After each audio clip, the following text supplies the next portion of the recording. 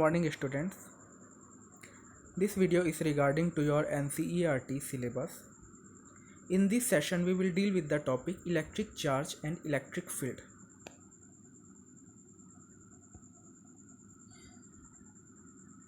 In this chapter we will deal with the topic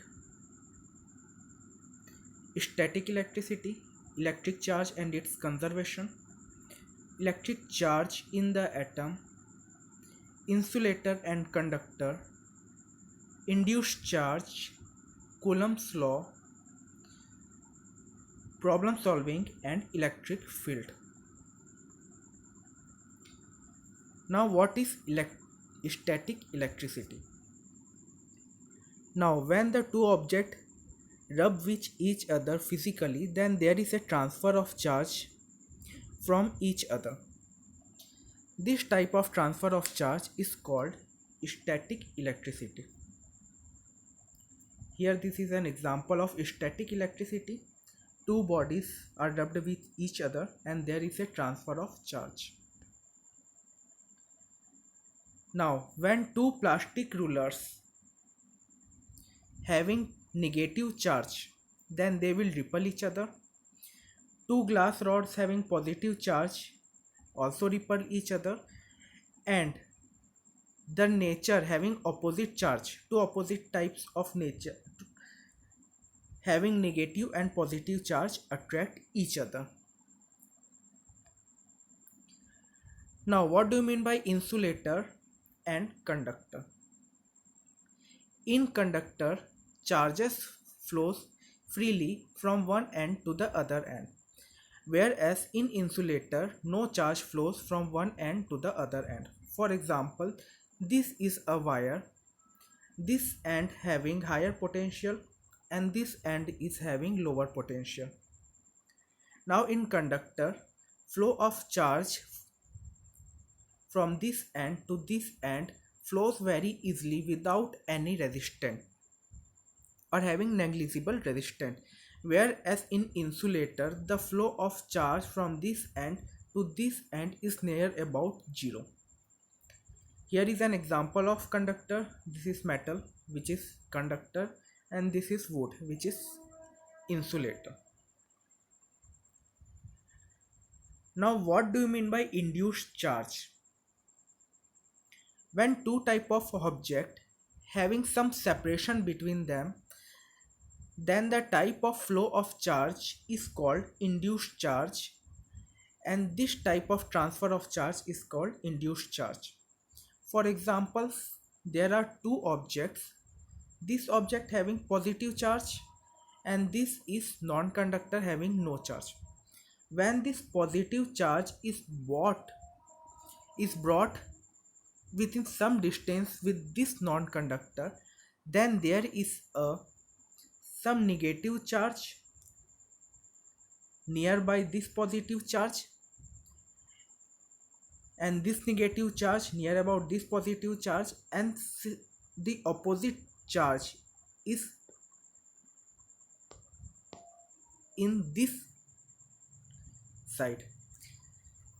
So when a positive charge is brought in contact with another object having no charge, then a negative charge and the positive charge will develop, and the same positive charge is developed within some distance from this negative charge, so that net amount in this non-conductor will be equal to the zero, net charge. Now this type of charge having separation between them is called induced charge. Now what is Coulomb's law? According to the definition, the electric force between two charges is proportional to the product of charge and inversely proportional to the distance between them. Now suppose this is two charge plus Q and this is another charge. Now they will experience a force between them and the distance between them suppose is R. Now according to Coulomb's law, force between these two charges will be equal to the is directly proportional to the charge between them and inversely proportional to the square of distance between them. When this proportionality sign is removed, then there comes a constant called proportionality constant K.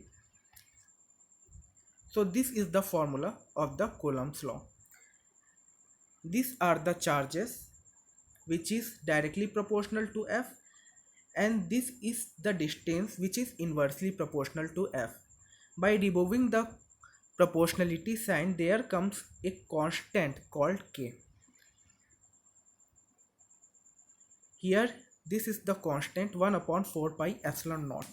The value of this constant will be equal to 9 into 10 raised to power 9, and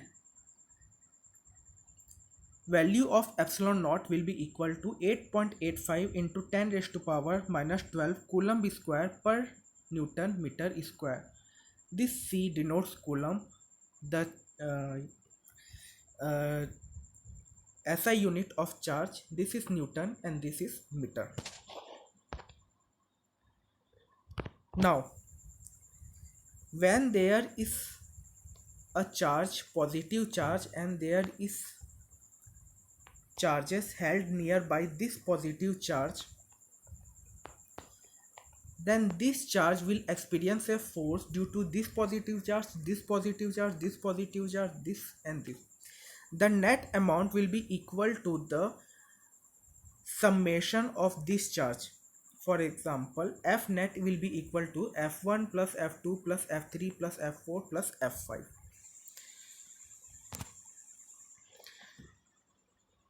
Now, what is electric field? The electric field is the force on a small charge divided by the charge. Now we have learned already about the concept of force. When force is divided by the charge, then there comes the electric field, which is denoted by E vector. Now for a point charge, the electric field will be equal to the Q upon R square multiplied by the constant of proportionality K. Now what do you mean by point charge?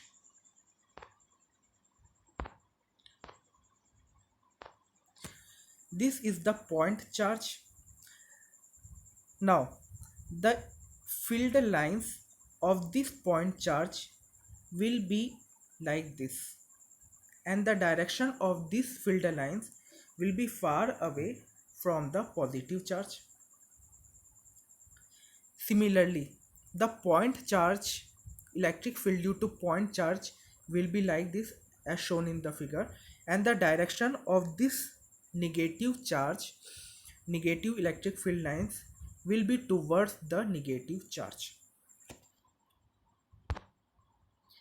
Now when two opposite charge, positive charge and negative charge, are held nearby, then the electric field lines will be like this.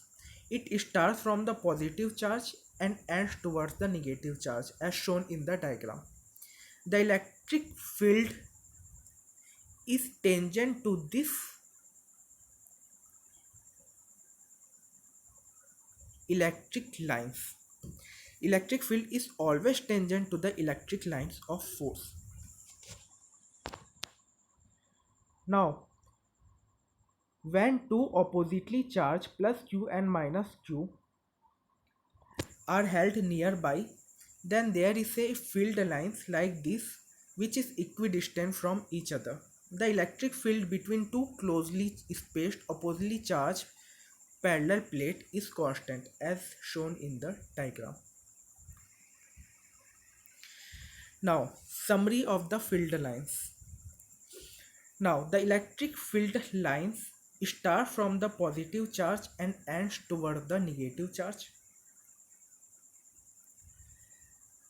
The direction of electric field is tangent to the electric lines. Higher the electric lines, higher is the density of the electric field.